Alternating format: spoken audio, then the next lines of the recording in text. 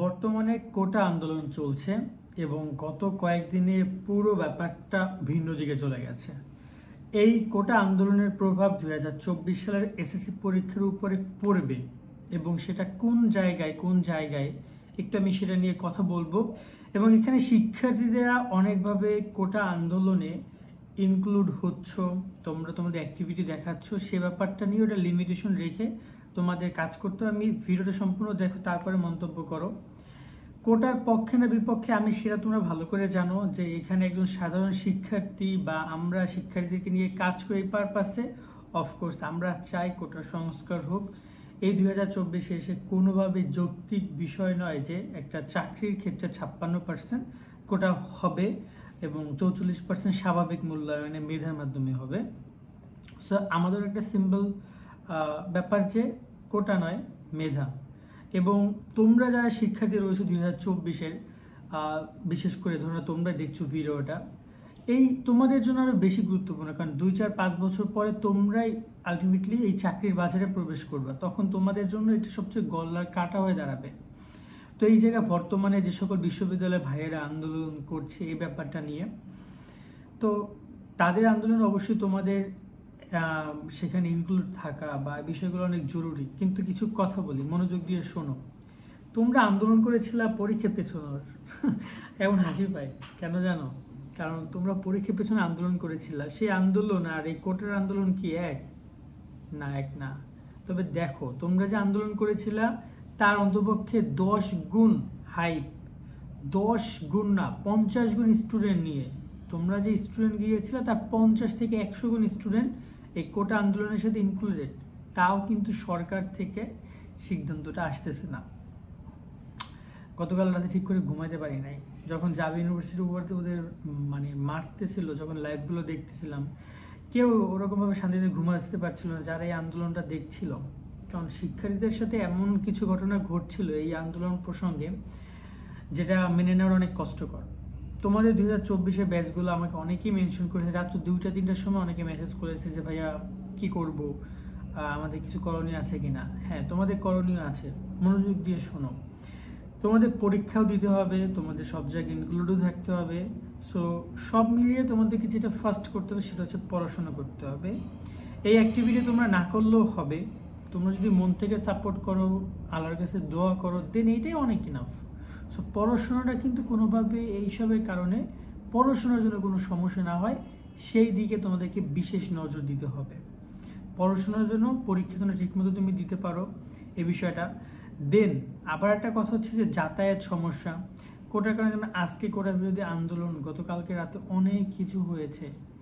আজকে কিন্তু আবার তোমার হচ্ছে যে সকালবেলা ভূগোল ফার্স্ট পেপার এক্সাম, আবার 2 দিন পর ভূগোল সেকেন্ড পেপার এক্সাম, তারপরে আবার রসায়ন ফার্স্ট সেকেন্ড রয়েছে, অনেকগুলো এক্সাম রয়েছে। এখন এই শিক্ষার্থীরা পরীক্ষা কেন্দ্রে যেতে পারবে কিনা এই বিষয় নিয়ে অনেক কনফিউজ।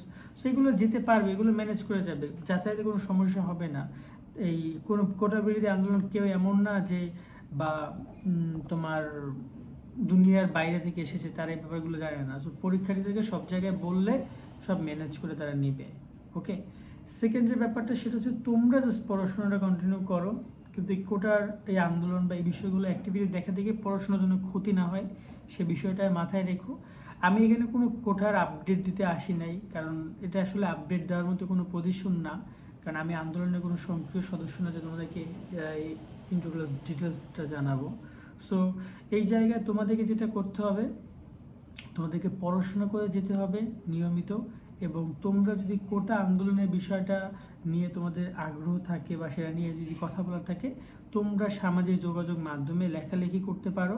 তবে প্লিজ তোমাদেরকে একটা কথা বলবো, 2024 ব্যাচের গ্রুপগুলোতে আমাকে গতকালকে অনেক জায়গায় মেনশন করেছে, তো আমি দেখেছি যে অনেক গুজব ছড়ানো হচ্ছে। অনেক, যদি তোমরা ছোট, অনেক কিছু যাচাই বাছাই না করে সেগুলো শেয়ার করতেছো, পোস্ট করতেছো, হয়তো কিছু লাইক পাচ্ছ, কিছু কমেন্ট পাচ্ছ, এগুলো বাদ দাও। কেননা দেখা যায় যে তুমি পড়াশোনা করবা না, কোন পোস্টে কত লাইক এসেছে, কমেন্ট এসেছে সেগুলো চেক করবা। সো তুমি নর্মালি ইনফরমেশনগুলো নেওয়া, দোয়া করো এবং যতটুকু পারো স্বতঃস্ফূর্ত আন্দোলনে তুমি সেখানে অংশগ্রহণ করো। তবে সামনাসামনি না যাওয়াটাই বেটার, ঠিক আছে? সামনাসামনি গিয়ে সেখানে আন্দোলনের, যেহেতু তুমি পরীক্ষার্থী, এটা ইনশাল্লাহ ভালো কিছু হবে, ভালো একটা দিকে যাবে, সরকারও এ ব্যাপারে ভালো একটা সিদ্ধান্ত ইনশাল্লাহ নিবে, এটা আমরা আশা করতে পারি। কিন্তু তোমরা যেন সেখানে আমি বলি না যে প্রপারলি যাওয়ার কোনো দরকার আছে, অনলাইনে বা সামাজিক যোগাযোগ মাধ্যমে যে কোনোভাবে তোমরা অ্যাক্টিভ থাকতে পারো, বাট ওখানে গিয়ে যেহেতু পরীক্ষা দিয়ে তোমরা, সো লাইফটা রিস্ক নিও না। কারণ একটা কথা আমি মনোযোগ দিয়ে বলি, শোনো, তোমরা পরীক্ষাটা দেওয়ার পরে তোমরা এইসবের মধ্যে জড়িত হও, কারণ তোমার বাবা মাও তোমার অনেক কষ্ট করে পড়িয়েছে। এখন কোনো একটা কারণে যদি তুমি কোনো অ্যাক্সিডেন্টলি কিছু একটা হয়ে যায়, তখন তুমি যদি পরীক্ষা দিতে না পারো এসএসসিতে, তখন ভাইয়া ওইটা কিন্তু তোমার বাবা মা বা তোমার জন্য অনেকটাই মানে হয়ে যাবে। সো আমি তো এখানে তোমাদেরকে নিরুৎসাহিত করছি না, কিন্তু যদি তোমাদের পরীক্ষা, এই জিনিসগুলো একটু স্কিপ করো আমার মনে হয়। আর কোটা আন্দোলন যেটা রয়েছে, আল্লাহ তাআলা, আমি মনে করি যে এটা একটা সঠিক সমাধান হবে। এবং এত শিক্ষার্থীদের রক্ত, কালকে মেয়েদেরকে যে পরিমাণে টর্চার করা হয়েছে ভাবা যায় না, যে পরিমাণ এক্সট্রিম লেভেলের হয়েছে। কালকে রাতে জাবের স্টুডেন্টদের সাথে, ঢাকা ইউনিভার্সিটি স্টুডেন্টদের সাথে আমি লাইভ দেখছিলাম। কালকে রাতে প্রায় 3টা-4টা পর্যন্ত আমি জেগেছিলাম, কারণ ঘুমানোর ওরকম কোনো সুযোগ ছিল না। যখন এগুলো দেখছিলাম যে শিক্ষার্থীদেরকে মারছে, আটকে মারছে, একটা ছাত্র সংগঠন এমন হইতে পারে, এটা অন্যরকম একটা পর্যায়ে চলে গেছে। এখন তোমাদেরকে এটাই বলবো, তোমরা যখন রাজনীতিতে আসবা তখন একটু সিদ্ধান্ত নিয়ে আসবা যে আসলে কোথায় গেলে আমি আমার সম্মানটা, পরিবারের সম্মানটা রাখতে পারবো, সব কিছু ঠিকঠাক থাকবে।